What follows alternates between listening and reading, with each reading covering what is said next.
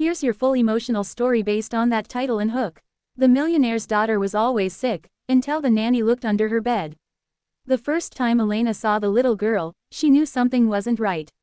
Sophie Whitmore stood by the grand staircase of the mansion, her tiny frame wrapped in a pale pink sweater despite the warm summer afternoon. Her skin was almost translucent, her lips slightly blue, and her large eyes carried a quiet exhaustion no child should ever have. "This is Sophie," said Mr. Whitmore, his voice calm but distant. "She's not been well." Elena knelt down, offering a gentle smile. "Hi Sophie, I'm Elena, I'll be taking care of you from now on." Sophie didn't smile back, she just whispered, "Please don't stay at night." Elena paused. "Why?" she asked softly. The little girl glanced upstairs, then leaned closer. "Because something comes out when it's dark." A house full of silence. The Whitmore mansion was beautiful, but cold. Despite its size, it felt empty. Staff came and went quietly. Doors stayed closed. Conversations were short. And at night, the silence felt heavier than it should. Elena had been hired as a live-in nanny after Sophie's condition worsened. Doctors couldn't explain it. Chronic fatigue, sudden fevers, night terrors, loss of appetite. Tests came back normal. Stress, one doctor had said. Psychosomatic, said another. But Elena wasn't convinced. Because every night at exactly 2:17 a.m., Sophie would wake up screaming. The nightly terror. The first time Elena witnessed it, she rushed into Sophie's room to find her trembling violently, pointing at the floor beside her bed. "It's there," Sophie cried. "It's watching me again." Elena turned on the lights. Nothing. Just a quiet, elegant room. "You're safe," Elena whispered, holding her close. But Sophie shook her head. "It hides when the lights come on." The clue no one noticed. Days passed. Elena paid attention to everything. Sophie only got sick at night. Her fevers disappeared by morning. And she refused to sleep in her bed. "I'll sleep on the couch," she insisted one evening.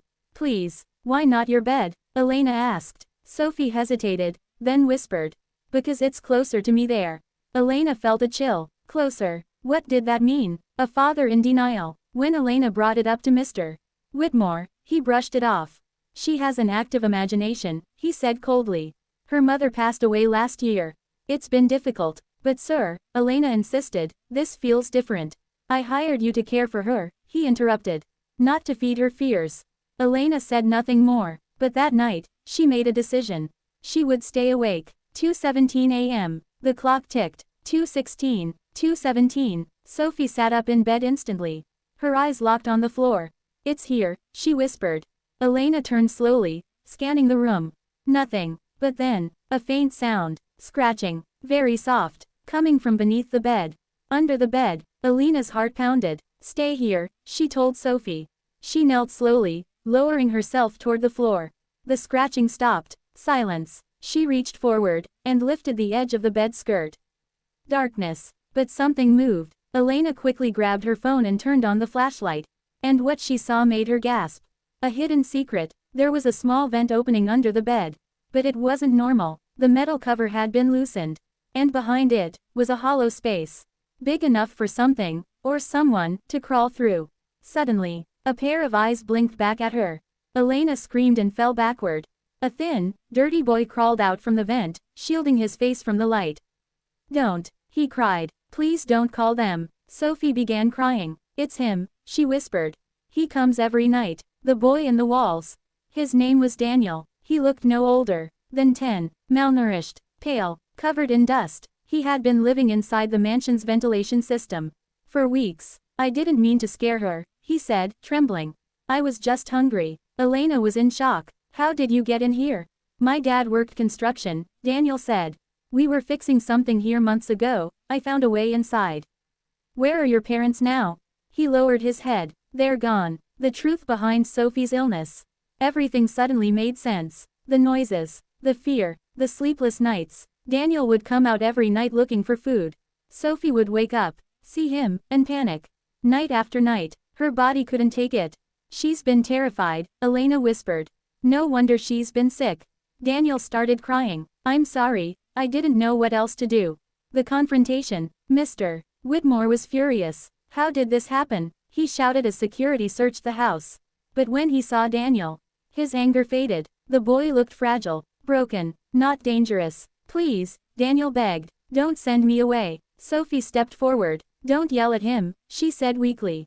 He's just scared, like me. A change of heart. Something shifted in the room. For the first time, Mr. Whitmore looked at his daughter, not as a problem to solve, but as a child who had been silently suffering. I didn't listen, he whispered. Elena said gently. She was trying to tell you. What happened next? Daniel was taken in, not by the authorities, but by help.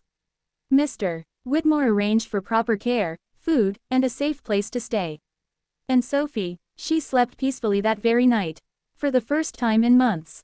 No screams, no fever, no fear. 1 month later, the mansion felt different, warmer, alive. Sophie laughed more, ate more, played more, and sometimes, she would sit by the window with Elena and ask, "Do you think Daniel is okay?" Elena would smile. "I think he's finally safe." The final twist. One evening, Mr. Whitmore called Elena into his study. "I owe you an apology," he said. "You saw what none of us did." Elena shook her head. "No, Sophie did." He nodded slowly. "I've been so focused on fixing things with money, I forgot how to listen." Moral of the story. Sometimes, the scariest mysteries aren't ghosts or monsters. They're the things we refuse to see. And sometimes, all it takes is one person who cares enough to look a little closer. Even under the bed. If you want, I can also turn this into YouTube narration script studio microphone.